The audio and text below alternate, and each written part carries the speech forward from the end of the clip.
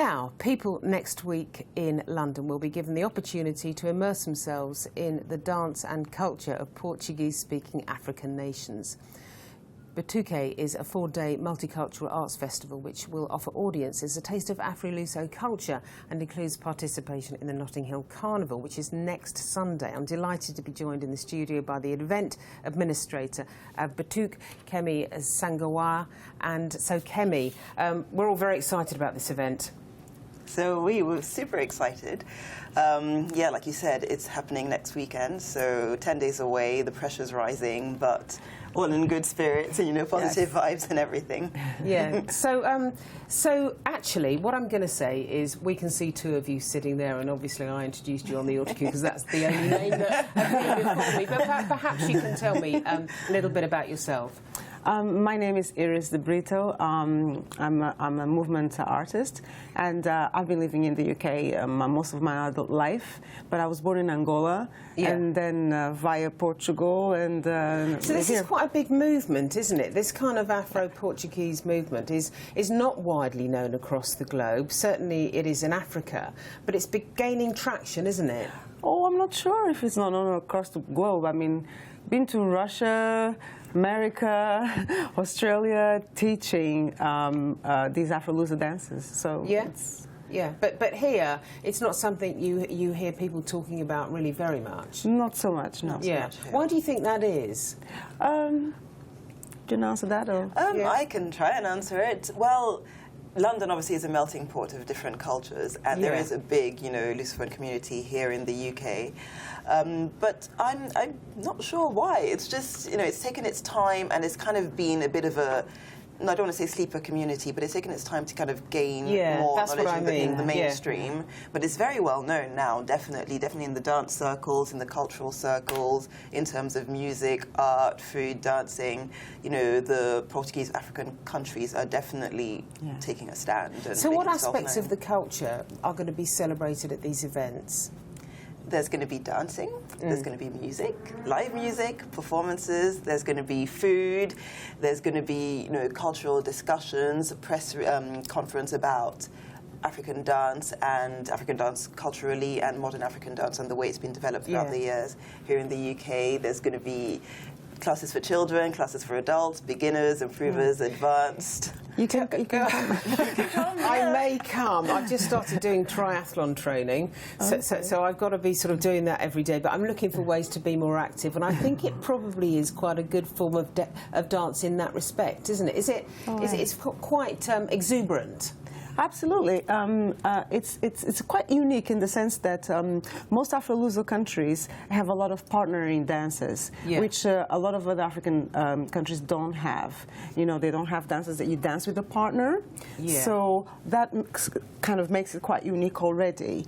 So you kind of don't expect that. So all of that fusion of cultures, you know, made that happen where the ballroom dances were Africanized type of thing. So it's quite unique in that sense, which is why we thought, you know, years ago when we started here for the festival, thought, you know, nobody's doing this. There's no festivals, be it in the South Bank or be it anywhere, you know, sort of prominent, that actually are putting this culture forward. Is this kind of dance quite difficult to do? Is it sort of technical? Not at all. Not at all. Anyone can dance. Everybody can learn. Actually, I was one of Iris's students many years ago, and so I started right from beginner's level, not knowing any steps whatsoever, progressed through, and then eventually I joined the team. I was invited to join and to help participate and become one of the organisers, and I also teach now. And so there's now a whole series of workshops, isn't there? Yes. There is, yeah. There's a lot of workshops, not just on Afro-Luso dances, but also on the other dances that influence them as well.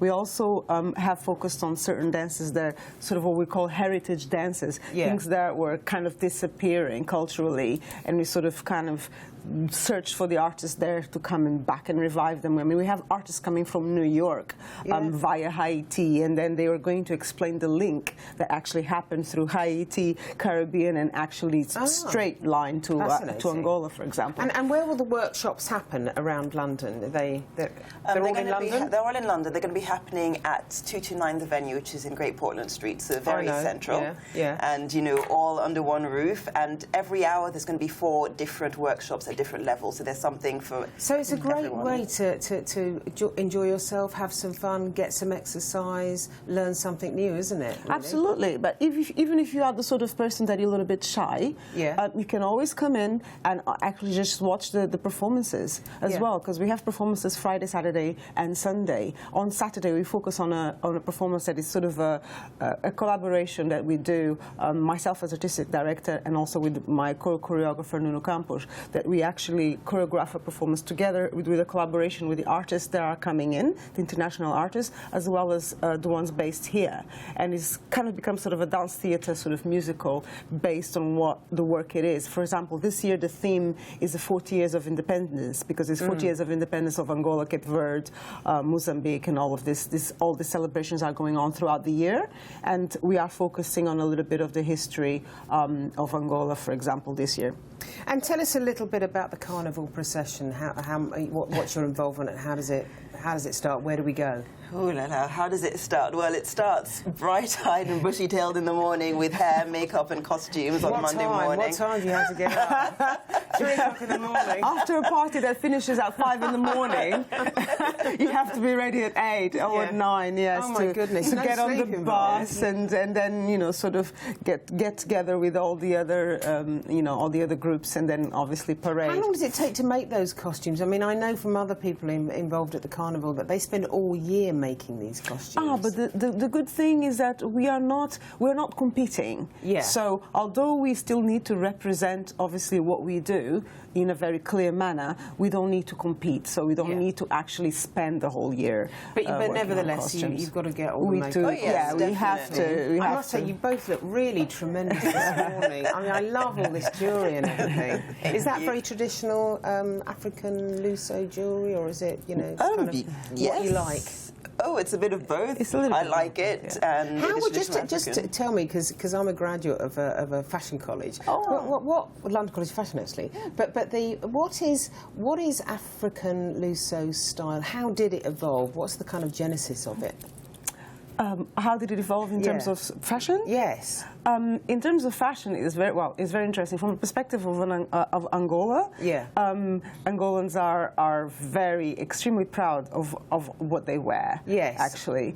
It actually was one of the things in the 60s that really made them proud and kind of stand out and kind of say, okay, we are a nation now, we're going to dress like that, and not like, very European. So they kind of started. It's a real fusion, isn't it? It is indeed. And Western styles. It is indeed, yes, definitely. Yeah, very impressive. And actually, what is very interesting, what you said, is that the costume and the outward signs were very important in an empowerment sense as well. Absolutely.